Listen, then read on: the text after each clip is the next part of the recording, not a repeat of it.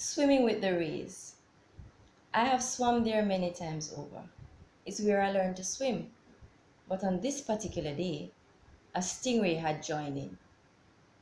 This cartilaginous sea creature, closely related to species of shark, is a carnivorous fish with both eyes atop its head, its mouth and its gill under its belly.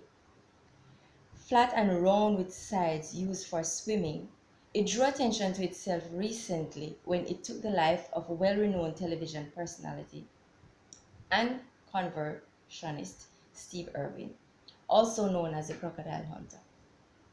The weapon? A sharp serrated spike of a tail that pierced his heart. The stingray attack when it feels threatened, and it is usually done when they are stepped on. It propels its venomous tail towards its perceived attacker and strike the blow that would send you to the emergency room, as was confirmed by my father when I came home relaying my story and laughing. You could be in the hospital, he said. You're laughing. Behind such a blow could be the maximum weight of 790 pounds and a height of 6.5 feet. And these sea creatures usually live to say 15 to 25 years in the wild. Stingrays are timid sea creatures just nestled in the sand beneath shallow waters, shallow coastal sea waters, with only its eyes exposed. This is where they find their food of crustaceans and other oceanic inhabitants. It covers itself with sand by fluttering its thin, gristle-like sides. Stirring the sand would conceal it from its predators and disguise it from its prey.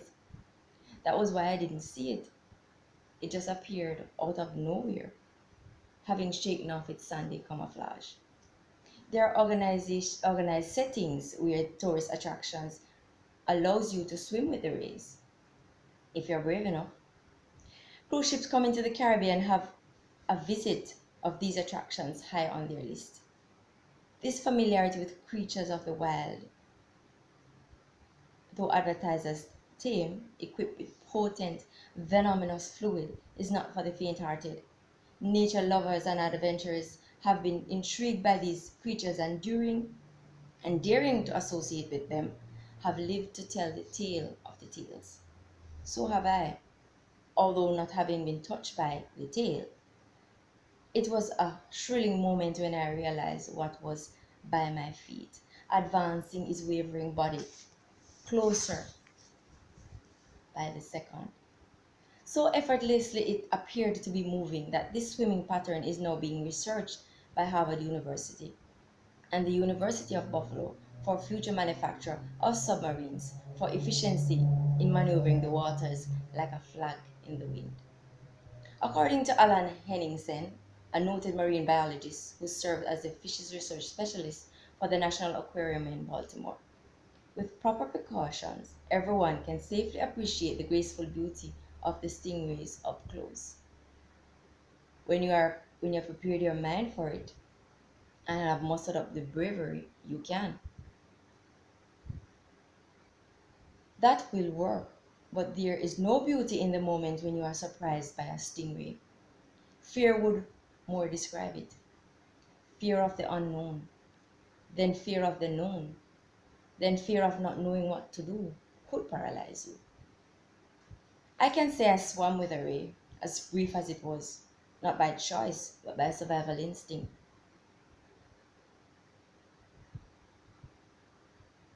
When I lifted my feet and floated above it while it floundered gracefully under my alighted position. When I felt safe enough to descend, feet found sand and I ran, fell, propelled by whatever means, to the shore. My friends ran too, not because I told them at first what had happened, because the utterances that I made were not legible, except the tone announced danger. I didn't know they were in our waters. There are many exciting reviews from persons who have experienced a designed encounter with the rays. There are some who have embedded memories of a different nature, of sheer pain of the dark meeting the flesh. The docile manner of the creature continued to intrigue man, and adventure is there for the daring. So the ray will as from time to time have a companion, if even for a moment, as man swim with the rays.